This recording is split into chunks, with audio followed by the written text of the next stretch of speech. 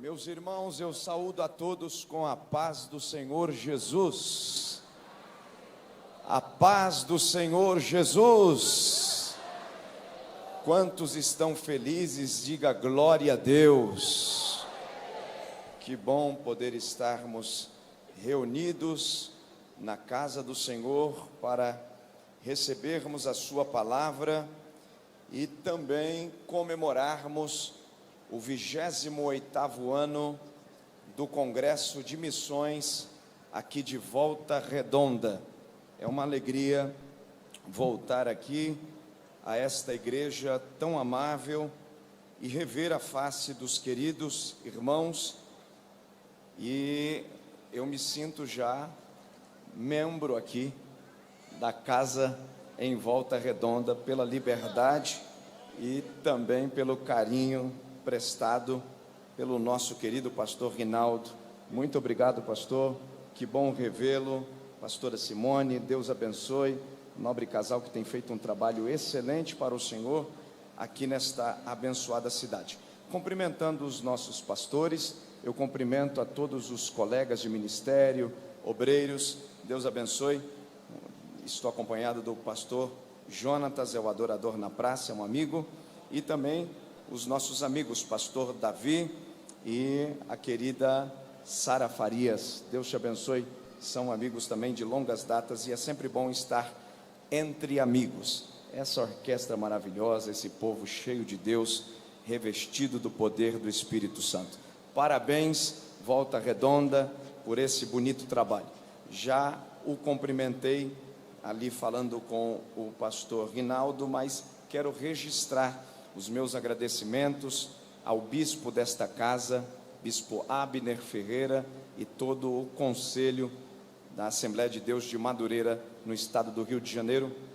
Reenvie lá o meu abraço, pastor, e as minhas considerações ao querido bispo Abner, que tem aberto as portas do estado do Rio de Janeiro, para que eu também seja portador da palavra de Deus por todo esse estado. Minha gratidão.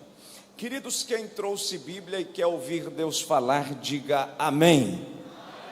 Se não for incômodo, eu vou pedir para que você fique de pé, porque daí a gente já ora. Pode ser?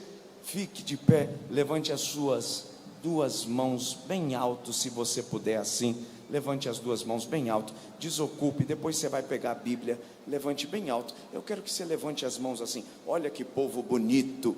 Nós temos uma massa humana de crentes pentecostal. Eu estou na Assembleia de Deus mesmo aqui? Tô. Tem crente pentecostal aqui? Tem.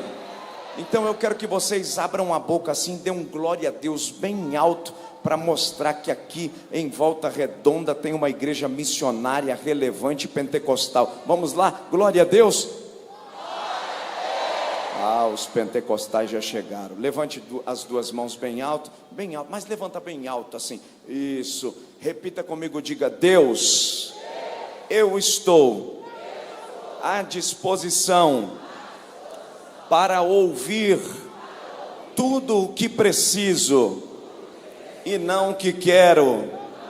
Fala com a minha alma, porque a tua palavra edifica, exorta e consola. Em nome de Jesus, amém. Pegue a sua Bíblia comigo, se você puder, ainda em pé, continue. Capítulo de número 21 do Evangelho segundo escreveu Mateus, versículo de número 1 a seguir. Capítulo de número 21 do Evangelho segundo escreveu Mateus, e o versículo 1 a seguir. Quem achou, diga comigo amém. Quem não achou, diga: eu vou para o céu. Vai mesmo. Olhe para cá. Mas eu vou lendo para adiantar, porque eu ainda quero ouvir Sara Farias entoar louvores a Deus aqui, e eu tenho certeza que o nosso coração está pegando fogo. Então fica tranquilo que antes da 1 da manhã eu termino essa pregação. Quem quer fazer uma vigília aqui, levanta a mão assim. Vocês ficam aí que eu vou embora. Vamos ler. Capítulo de número 21 do Evangelho de Mateus. E quando eles se aproximaram de Jerusalém, chegando a Betfagé, junto ao Monte das Oliveiras, então enviou Jesus 2 discípulos. Quantos ele enviou? Fale mais alto, quantos? Dizendo-lhes: ide à aldeia que está de frente de vós, e logo encontrareis uma jumenta presa, e com ela um jumentinho, soltando-os, trazei-os para mim. E se algum homem vos disser alguma coisa, dizei: o Senhor necessita deles, e logo os enviará. Tudo isso foi feito para que pudesse se cumprir o que havia dito pelo profeta, dizendo: dizei à filha de Sião: eis que o teu rei vem a ti, manso e montado sobre um jumento, e um jumentinho cria de uma jumenta. E indo os discípulos, fazendo como Jesus lhes ordenara, trouxeram a jumenta e o jumentinho, e sobre eles puseram as suas vestes, e eles o colocaram em cima, e uma multidão muito grande estendia suas vestes pelo caminho, e outros cortavam ramos de árvores e os espalhavam pelo caminho, e as multidões que iam à frente os seguiam, clamavam dizendo: Hosana ao filho de Davi, bendito é o que vem em nome do Senhor, Hosana nas alturas. E você diz amém. Se você puder, aponta o dedo de profeta para quem está do seu lado e diga: você. Está fraco, diga forte, diga: você foi feito para um propósito. Não, mas diga forte. Eu não sei se vaso tem cara, mas faz cara de vaso. Então aponta o dedo para quem está do teu lado e diga: você foi feito para um propósito. Tome assento e olhe para cá. Meus irmãos, o Evangelho de Jesus, segundo escreve Mateus, capítulo de número 21, trata-se dos momentos finais do ministério de Jesus. Para quem não sabe, o ministério de Jesus teve duração de 3 anos. Quantos anos teve o ministério de Jesus, a sua duração? Repita bem alto, diga 3 anos. Diga mais forte, 3 anos. 3 anos teve duração o ministério de Jesus. O ministério de Jesus se dividiu em várias etapas. Eu não quero relacionar todas as etapas aqui, mas eu devo dizer para vocês que nos 3 anos do ministério de Jesus, que começa a partir dos 30 anos de idade, Jesus estava cumprindo uma agenda de Deus, e portanto, como ele havia pregado no Sermão do Monte, no capítulo 5 de Mateus ainda, até o capítulo 7, que ele não deixaria cair nenhum ponto e nenhuma vírgula do que havia sido escrito na lei mosaica, e ele cumpriria. Jesus aqui vai cumprir e autenticar o início do seu ministério a partir dos 30 anos. Por que a partir dos 30 anos? Porque o levita, na lei mosaica, começava a atender os ofícios do ministério levítico, do levirato, a partir dos 30 anos. Só se tocava, só se adorava, só se ornamentava, só era levado para o trabalho do sacerdócio a partir dos 30 anos, porque o judaísmo entendia que aquele homem com 30 anos atingia o auge de sua maturidade. Dado isso, Jesus, como veio cumprir a lei e em nenhum momento se afastar dela, mas ele veio manifestar a graça do Pai e a graça do Filho, que agora é o Verbo encarnado, ele começa o seu ministério aos 30 anos. Alguns lampejos a Bíblia vai nos mostrar de aparições de Jesus em alguns momentos, mas do primeiro dia de nascido, porque Jesus carrega consigo duas naturezas, a natureza divina e a natureza humana.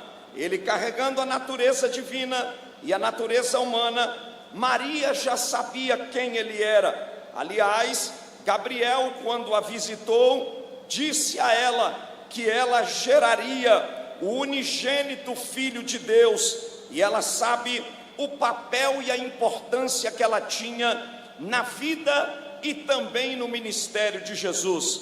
Mas do primeiro dia de nascido até os 12 anos de idade, Jesus era acompanhado de sua mãe, e ele também aprendeu todas as coisas como um ser humano comum. Jesus aprendeu a comer, Jesus aprendeu a andar, Jesus aprendeu a falar, e eu estou dizendo do Jesus homem. Jesus sentiu dores, Jesus se enlutou por amigos que amava, Jesus chorou, sentiu fome, sentiu dores. O profeta Isaías já havia dito sobre a sua identidade, que ele era homem de dores, mas do seu primeiro dia de nascido até os 12 anos, ele cumpre esse papel. Dos 12 anos, quando se atinge a maioridade, até os 30 anos, poucas vezes nós ouvimos os evangelistas mencionarem sobre o ministério de Jesus, pouquíssimas vezes. Aliás, no auge dos seus 12 anos, ele, diante daqueles grandes pensadores, os advogados da lei, os escribas, aqueles que eram os detentores daquilo que se pregava às portas do templo, Jesus também se assentava com eles para arguir, para ensinar, mas a autoridade dada e conferida a ele começa aos 30 anos após o seu batismo. Vocês sabem o que aconteceu no batismo de Jesus? Uma voz bradou, a pomba desceu, este é o meu filho amado,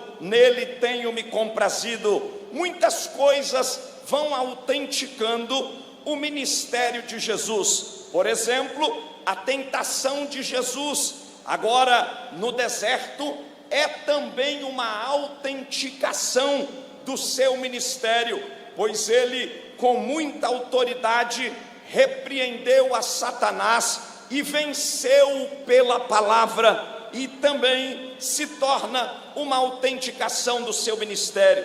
Jesus vai também continuar autenticando o seu ministério quando ele vai para um vilarejo chamado Caná da Galileia. Caná da Galileia era uma pequena aldeia onde acontece um casamento, que Jesus, neste casamento, numa festa, numa bodas, ele junto de sua mãe, que era uma das figuras principais da festa, ele como acompanhante junto dos seus discípulos, vai transformar água em vinho. E preste muita atenção, Jesus não foi neste casamento apenas para resolver o problema de vinho, de falta de vinho naquele vilarejo, porque este milagre não tem nem muito a ver com o suprimento do casal, estava apontando para a própria vida de Jesus. Aliás, todos os milagres apontavam para quem ele era e o que haveria de vir na dispensação da graça. Vocês sabem que naquela festa de casamento, Jesus agora é interpelado pela sua mãe, quando ela, preocupada, sem ele ter mexido com vinho antes, ela já sabe, porque quem anda com Jesus logo sabe quando ele quer trabalhar. quando ele vai trabalhar. Quem conhece Jesus desfruta de intimidade, e a Bíblia diz que a mãe de Jesus logo chama para que ele resolvesse aquele problema, para que não houvesse um desgaste familiar. E Jesus agora, transformando água em vinho, quando o mestre Sala apanha aquele vinho, ele se surpreende, pois a qualidade do vinho em que se fora provado e servido no último momento era melhor do que a primeira fase, como não era de costume, pois o costume dizia que quem servia os melhores vinhos logo no princípio da semana, logo no início da festa. Mas o que é que Jesus vai provar? O primeiro vinho servido pelos noivos, segundo a tradição e a história e a teologia, está ligado à lei. O primeiro vinho fraco, o primeiro vinho inferior, o primeiro vinho que nada trazia contentamento comparado à graciosidade da transformação. E o segundo vinho manifesta a graça, enquanto Jesus resolve o problema do casal, dando a eles um vinho da qual, por certo, nem eles conseguiriam comprar para distribuir aos seus convidados. Jesus dá o melhor, mostrando: a lei falhou, a lei é pouca diante da grandeza da graça que é manifestada. Ei, nós estamos no tempo da graça. Você só está aqui por causa da graça. Você canta por causa da graça,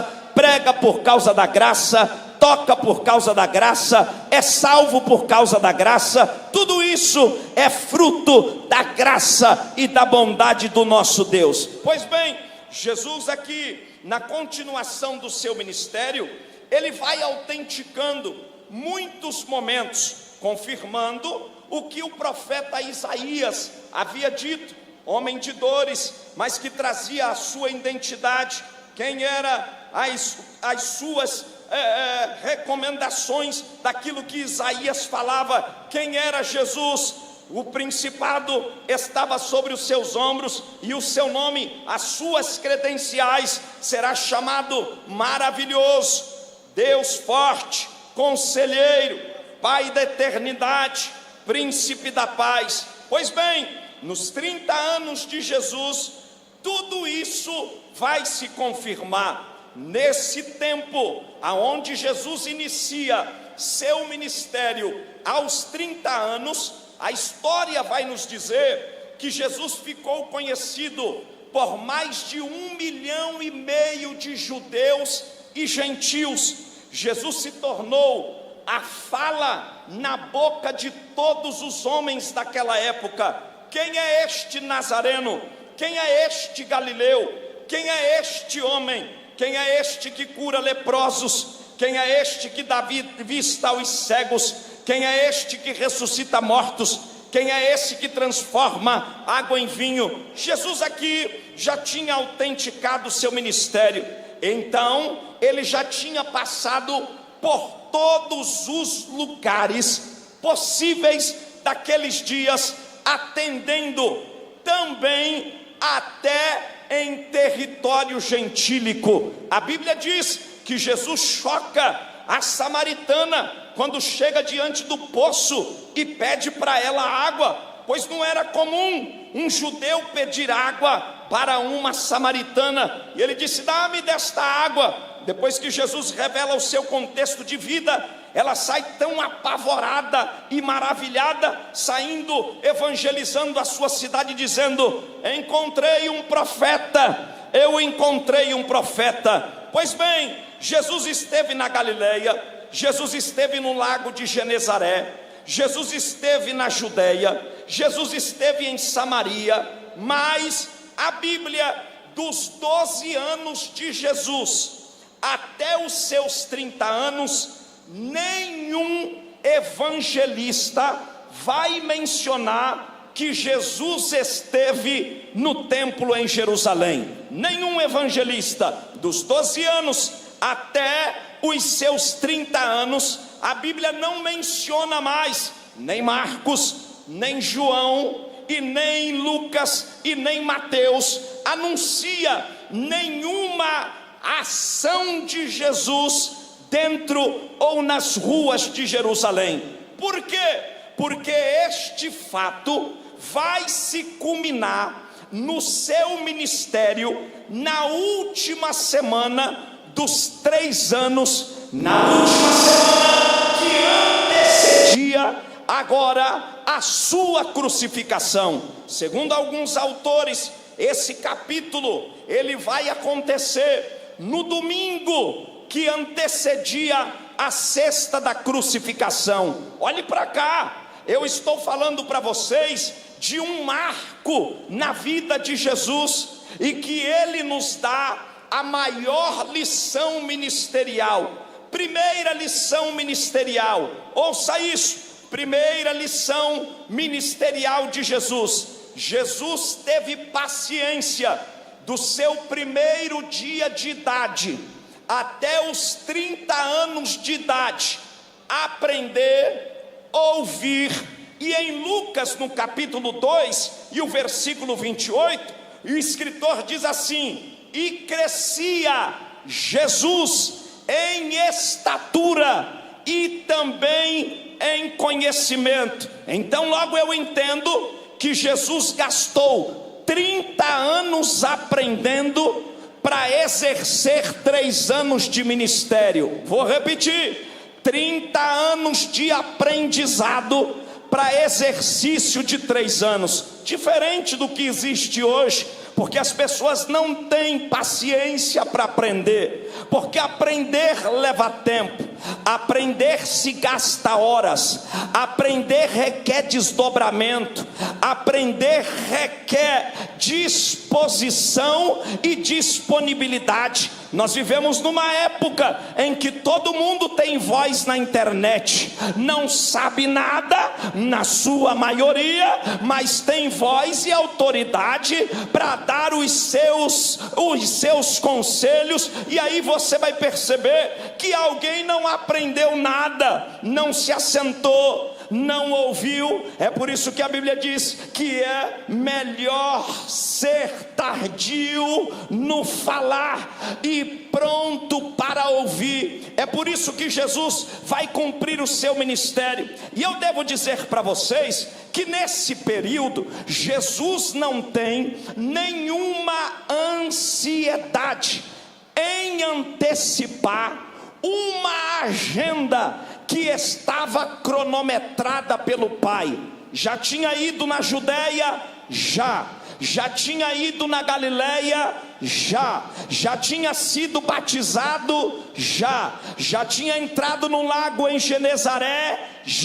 Mas em Jerusalém, entrar nas ruas pedregosas de Jerusalém e a entrada triunfal dentro do templo, se Jesus sofresse daquilo que a gente diz, da síndrome da melancia, de alguém que quer se amostrar, a primeira autenticação, antes dele ir para um casamento, antes dele fazer qualquer milagre, ele logo cumpriria o capítulo 21, antes de todas as coisas. Mas ele estava dentro de uma agenda, e quem está dentro da agenda de Deus não se preocupa, ainda que as horas passem. Quem cumpre uma agenda de Deus, como diz o ditado popular, não troca gato por lebre. Quem anda na agenda de Deus não precipita e nem põe os carros na frente dos bois. E eu estou pregando para uma igreja que anda na agenda de Deus. Eu até queria que você dissesse para quem está do seu lado: ande na agenda de Deus. Diga aí: ande na agenda de Deus e você será bem sucedido. Ministério que dá certo é ministério ministério que anda na agenda de Deus. Casamento que dá certo é casamento que anda na agenda de Deus. Vida profissional que dá certo é vida profissional que anda na agenda de Deus. Ei, Jesus andava na agenda do Pai. Então ele está cumprindo toda a etapa. E a Bíblia vai nos falar que agora, depois de tudo isso, Jesus percorre durante 3 anos o seu ministério, e na última semana, ele se encaminha já nas vias, nos estertores da morte. Ele se encaminha para cumprir o capítulo 21. Tem alguém aqui talvez dizendo: mas pastor, eu já estou tão velho, eu já tenho 40, 50 anos de ministério, e eu acho que Deus não vai cumprir mais nada. Ora, se Jesus na última semana, sabendo que ia ser crucificado, não estava abalado com a crucificação, estava pronto para ela, porque ele tinha vindo para isso, mas ele ainda também está pronto para ser celebrado e glorificado em Jerusalém. Ou seja, Deus está dizendo para você aqui nesta noite: fique em paz, eu ainda tenho algumas promessas para cumprir na tua vida. Você consegue me ajudar na comunhão? Diga para quem está do teu lado aí, pega na mão dele e diga: você pode estar perto do seu maior calvário. Diga para ele, diga: você pode estar passando o maior vale da sua vida, mas ainda tem comemoração para acontecer, ainda tem coisa. Vou profetizar, porque eu vim para profetizar. Tem coisa grande, pastora Simone, para acontecer nos finais dos dias. Quem disse que nos últimos dias de Paulo, quando ele estava dizendo que já estava como expiação e libação, e alguém achou que ele ia morrer e achou que ele ia deprimir, ele olhou para todos os seus algozes e disse: tendo nada, mas possuindo tudo, posso todas as coisas naquele que me fortalece.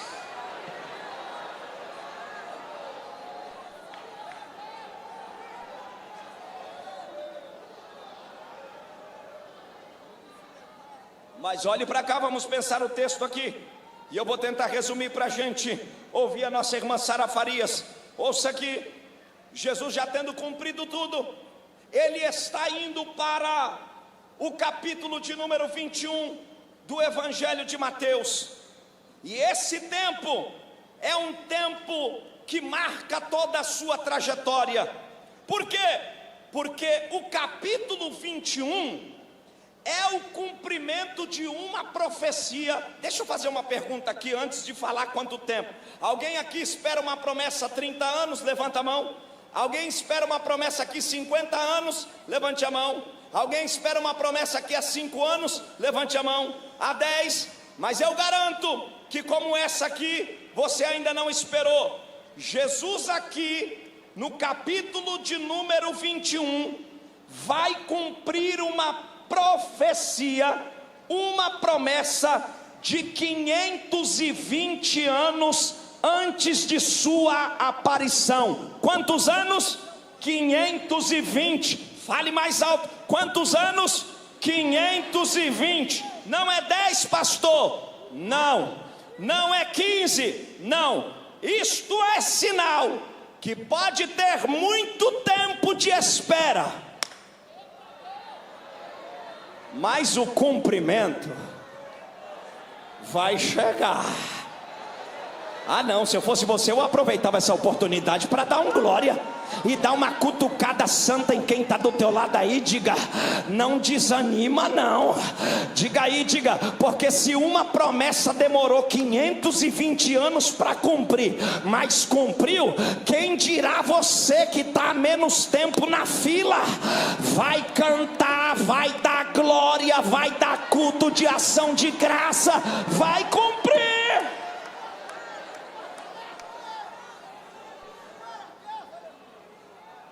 Olhe para cá, eu disse para vocês aqui que Jesus, pastora Simone, já tinha entrado em tudo quanto é lugar: Judeia, Galileia, Samaria, circunvizinhas regiões. Jesus já tinha estado em tudo, mas em Jerusalém, nas ruas pedregosas e no templo, lá tem uma agenda. Lá eu não posso. Eu não posso por quê? Porque eu estou dentro de um cronograma.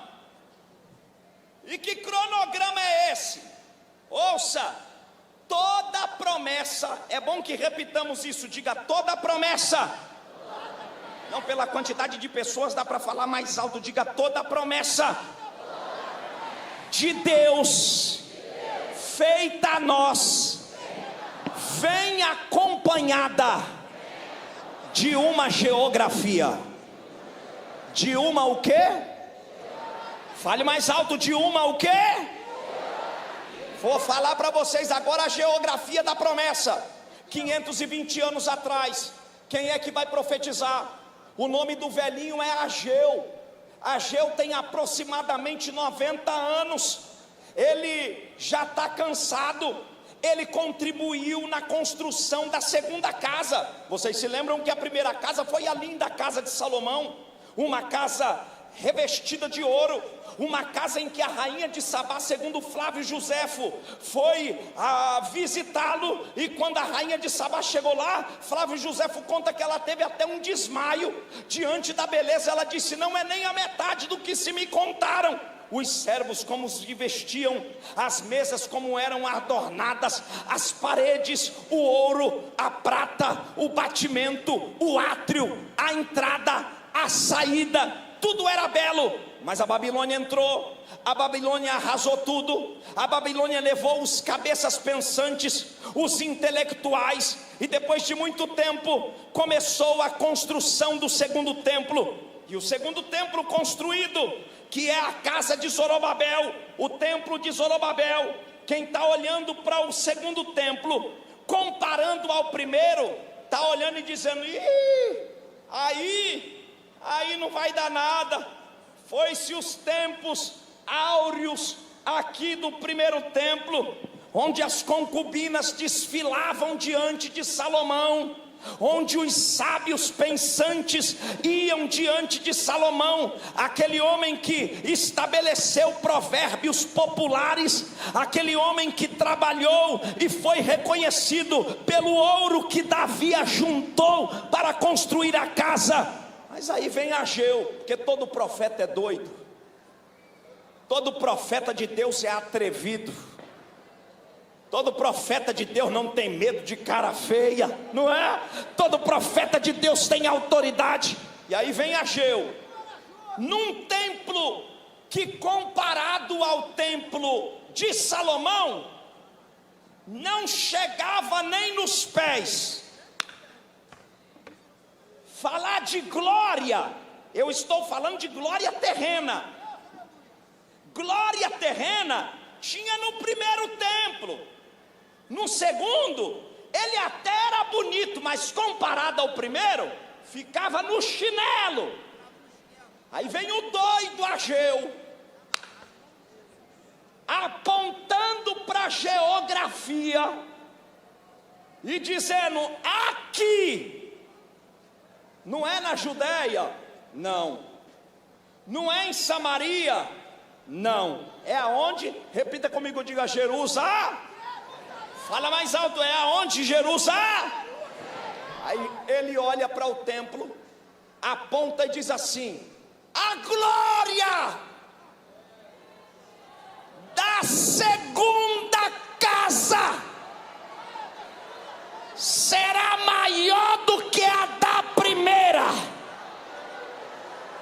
tenho os pentecostais comigo aqui para me ajudar na comunhão. Diga para quem está do teu lado aí, diga para quem está do teu lado, se você puder, pega na mão de quem está do teu lado aí, diga, de vez em quando, diga aí, de vez em quando, Deus nos mostra uma geografia que para nossa realidade está distante de acontecer, mas se o céu falou, é uma loucura boa.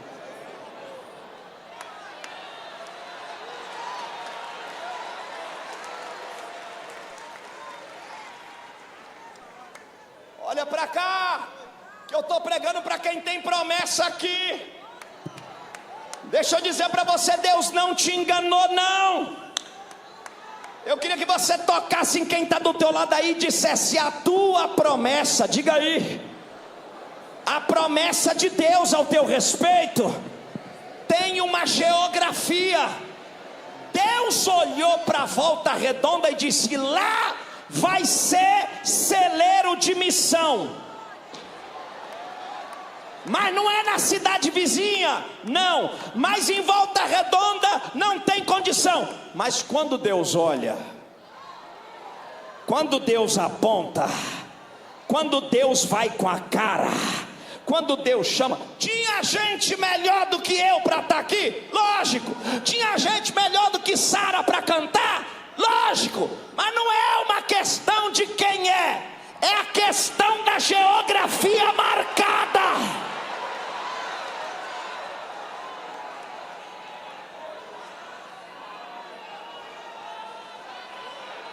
Diga para quem está do teu lado, diga: se tu quiser sair da geografia, tu sai. Eu vou ficar no lugar da promessa. Diga aí, diga: se tu quiser ir embora, tu vai. Porque tem gente que quer ir embora. Tem gente que faz cara feia, ele vai embora. Bate o pé, ele vai embora. Mas quem crê na promessa está dentro da geografia dela.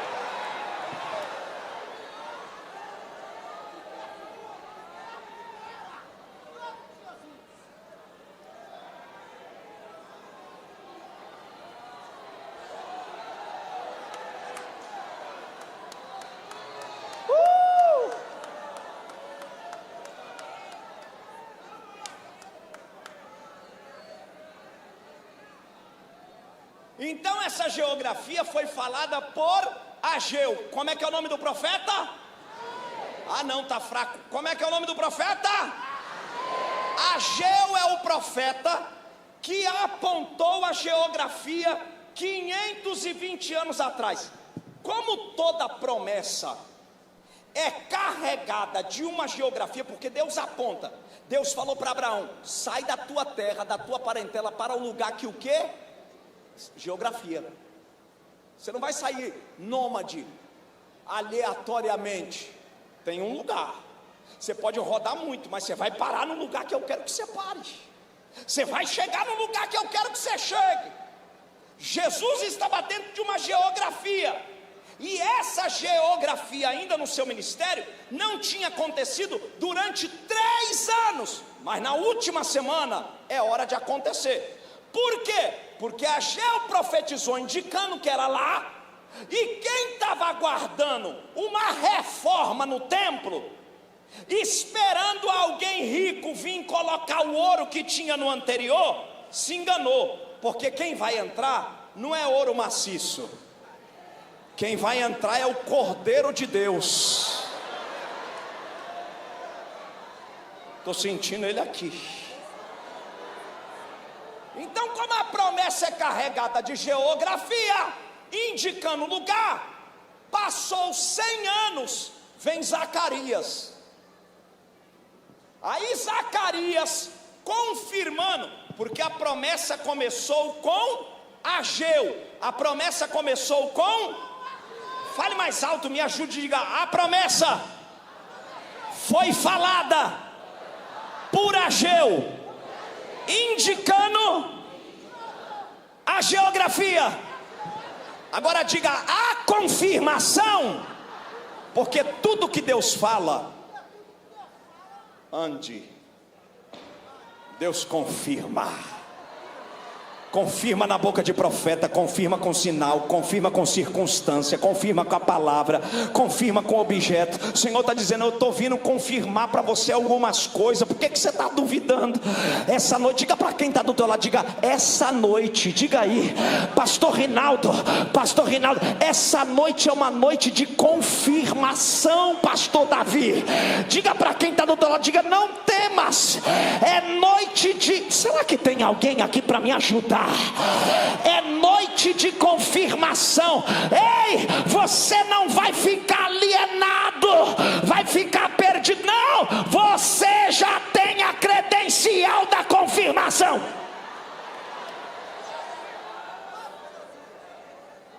Olhe para cá. E a confirmação, eu disse para vocês que a promessa vem carregada de geografia, indicando uma geografia. Mas a confirmação, ela vem trazendo elementos. Aí vem Zacarias, capítulo 9, verso 9. Olhou para a geografia, quem? Jerusalém. E gritou: Jerusalém, canta, te alegra, porque o teu rei vem a ti. Olha o elemento: montado num jumentinho. Isso aqui é a maior loucura, porque rei que era rei não montava jumento. Herodes andava de quê? Cavalo. Nicodemos andava de quê? Cavalo. José de Arimateia usava o quê? Cavalo. César usava o quê? Cavalo. Alexandre o Grande usou o quê? Cavalo. Mas os elementos da confirmação não é lógica. Porque Jesus não ia entrar. Se ele entrasse montado num cavalo, ele estava mostrando poder bélico e político, e não era essa a entrada. A entrada de Jesus em Jerusalém não era para resolver os impostos pesados de Roma sobre Israel. A entrada de Jesus em Jerusalém não era para resolver os poderes políticos e dos fariseus e publicanos que brigavam. A entrada de Jerusalém tinha que ser no jumentinho, para mostrar: o Criador do universo se despiu da sua glória e entra manso e humilde.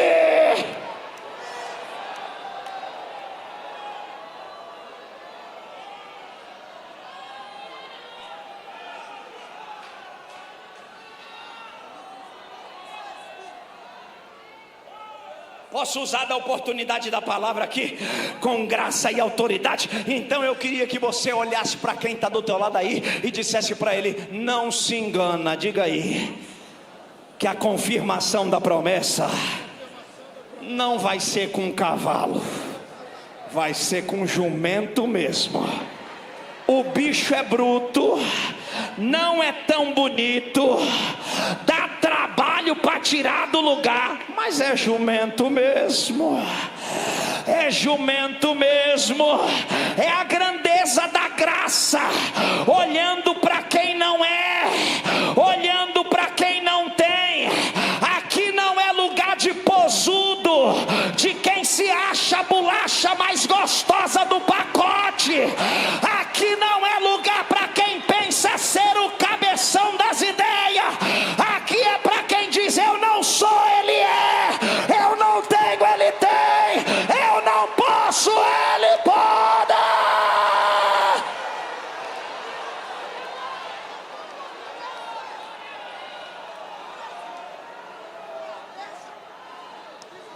Se você puder por um minuto levantar a sua mão, abrir a boca e soltar o maior brado de glória.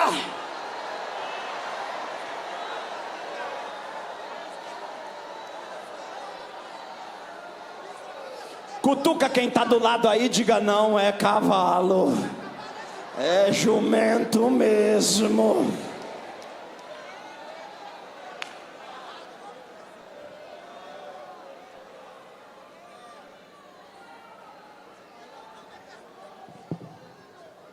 como eu gosto da Bíblia. Pastor, Jesus esperou 3 anos para entrar em Jerusalém na última semana. De quê? De quê, gente? Não fale mais alto. De quê? Jumento. E não era por falta de cavalo. Se Jesus quisesse cavalo, ele tinha amigos que podiam emprestar. A começar de José de Arimateia, que emprestou o sepulcro para ele depois de morto. Tu acha que um homem que é senador, que tem um sepulcro no vale do Getsemane, não tem um cavalo para andar? Tu acha que o centurião que Jesus curou, o servo dele, ele foi até Jesus e ele disse assim: centurião naqueles dias era uma espécie de vereador, ele tinha autoridade. Centurião era um homem que guardava 100 homens, ele tinha autoridade sobre 100 homens. Ele disse assim para Jesus: eu sei o que é mandar, hein? Eu sei o que é mandar. Eu mando eles ir, e eles vão. Eu mando eles voltar, e eles voltam. Mas eu não sou digno que tu vá debaixo do meu telhado, porque eu tenho um servo lá que está doente. Mas manda uma palavra.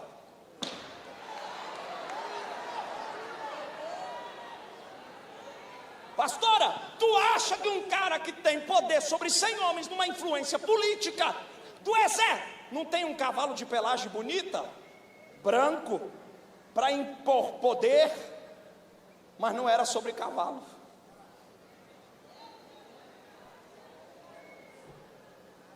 O problema é que a gente quer chegar com os cavalos, quer chegar no culto com os nossos cavalos, com os nossos poréns. Mas não é cavalo. Não era cavalo, porque a confirmação que dava acesso ao elemento era jumento. E tem um detalhe: Zacarias, além de falar que era jumento, ele não disse que era só um, ele disse que era. Quantos eram, gente? Não fale mais alto. Quantos eram? Mas a pergunta que não quer calar é: Jesus vai montar em quantos animais? Quantos Jesus vai montar? Fale mais alto. Quantos animais Jesus vai montar? Mas ele mandou achar quantos?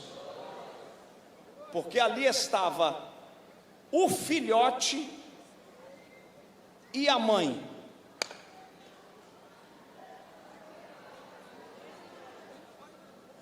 Jesus estava dizendo o seguinte: eu não posso soltar um e deixar o outro preso, porque está tudo ligado à mesma família. Quando Deus solta você para a obra, Ele não solta só você. Tudo que leva teu nome, tudo que leva a tua casa, tudo que leva teu sangue. Olha para quem está do teu lado aí, pega na mão dele, na mão dela, fala: está na hora de Satanás soltar tudo que está ligado a você. Você está pregando, mas tem alguém preso. Você faz a obra, mas tem alguém preso. Você faz missão, mas tem alguém preso.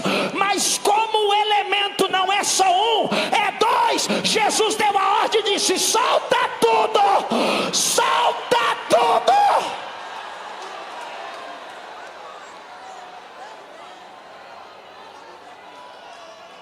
Vem no glória comigo, vem. A comunhão está ficando gostosa, e eu já percebi que tem varão de fogo e mulher de oração aqui. Olha a labareda de fogo que vai passar aqui. Olha para quem está do teu lado, toca nele e fala: a ordem hoje é que tudo que está preso vai ser solto agora.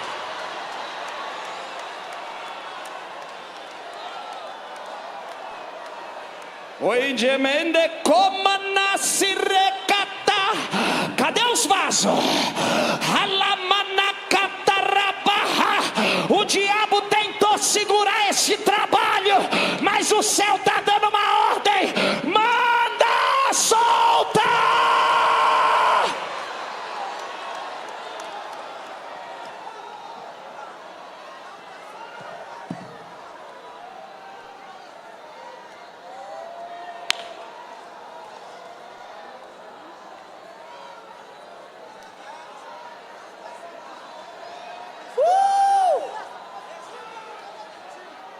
Está solto ali, está solto aqui, está solto no altar, está solto na orquestra, está solto lá atrás.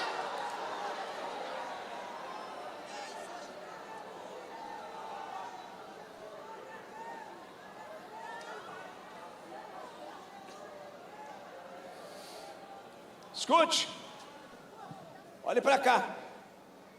Jesus nem gastou tempo para querer saber quem era o dono do jumento. Por que, pastor, que Jesus nem quis saber quem era o dono do jumento? Porque a jumenta e o jumentinho estavam como? Fale mais alto, estava o que, gente? Estava amarrado. Então, por exemplo, o senhor tem um jumento. Vamos imaginar assim. Eu, por mais que seja seu amigo, o senhor tem esse animal e ele está amarrado. Então ele está detido sobre o seu poder. Se eu quiser usar, eu vou no mínimo, ou eu mesmo, ou enviar um amigo, ou a minha esposa, ou seja lá quem for, e dizer assim: pastor Rinaldo, o senhor pode soltar seu jumento e me emprestar para eu usar? Jesus não faz essa conversa, mulher. Jesus diz assim, ó: vai a Betfagé, e lá tem dois, tem a jumenta e a cria, solta e traz. Olha o resto, porque ele sabia que soltando ia dar burburinho, porque enquanto preso não faz nada. Diga para quem está do teu lado aí, diga: você preso não dá trabalho. Ah não. Diga forte, diga: você preso não dá lucro. Você preso não causa inveja. Você preso não gera fofoca. Mas se soltar,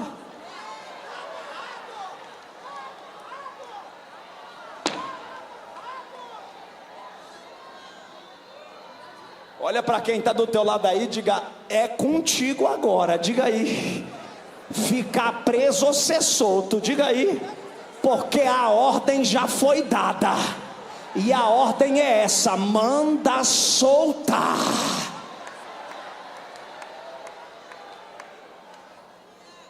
Pastor, por que Jesus mandou soltar sem pedir para o dono?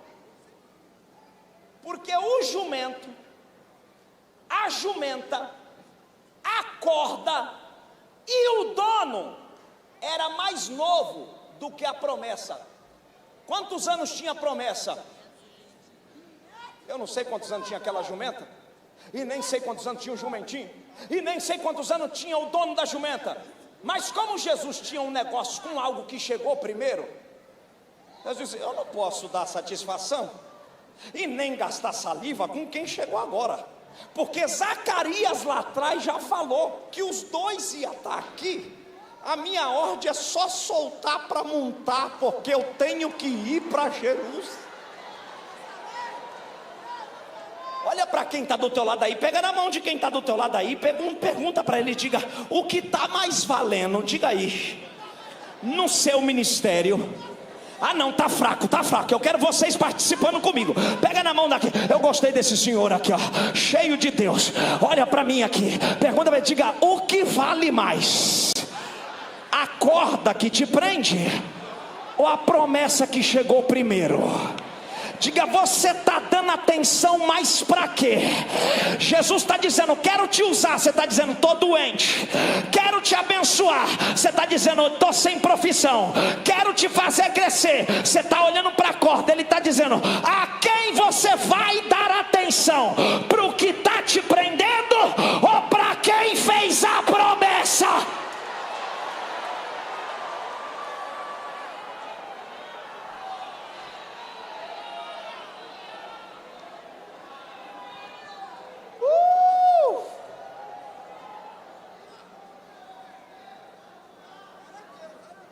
Como o negócio de Jesus não era com o dono, não era com a corda, e era só usar o animal, que consequentemente a mãe do animal também ia, porque era família. E tem outro segredo que eu já vou contar. que Jesus usou o velho e o novo. Quem for sábio, entenda. Ministério não é feito só de novo. Por quê? Porque jumento novo é o que tem a força para carregar a carga, é o que sai puxando tudo. E o velho? O velho conhece o caminho.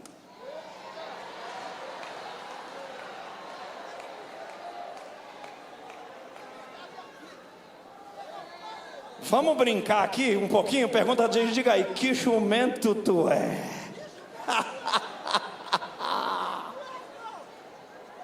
Eu sou o jumentinho. Ministério só dá certo com a força do jovem e a experiência do mais velho. Estão querendo descartar os mais velhos do ministério, e é por isso que a igreja brasileira está virando uma bagunça, porque estão desrespeitando as cãs desses homens que fizeram o trabalho que eu nunca farei. Ei, não tem mais força na perna, mas o cajado ainda está na mão.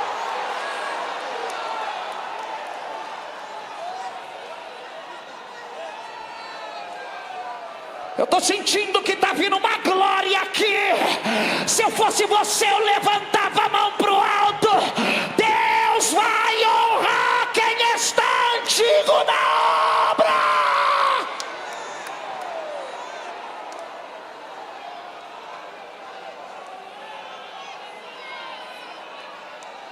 Abre a boca, abre a boca, abre a boca, abre a boca, abre a boca. Eu estou sentindo que está entrando uma renovação, porque os que esperam no Senhor renovarão as suas forças, subirão como asas de águia, correrão e não se cansarão.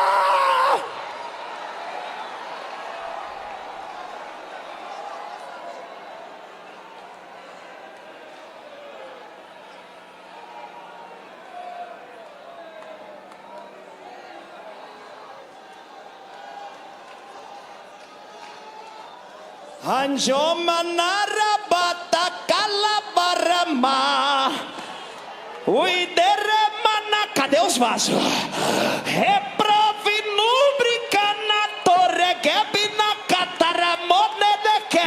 Eu estou pregando aqui. Se apresentou um varão diante de mim, e ele está andando no meio deste lugar. Ai. Eu vou deixar você adorar do jeito que você quiser.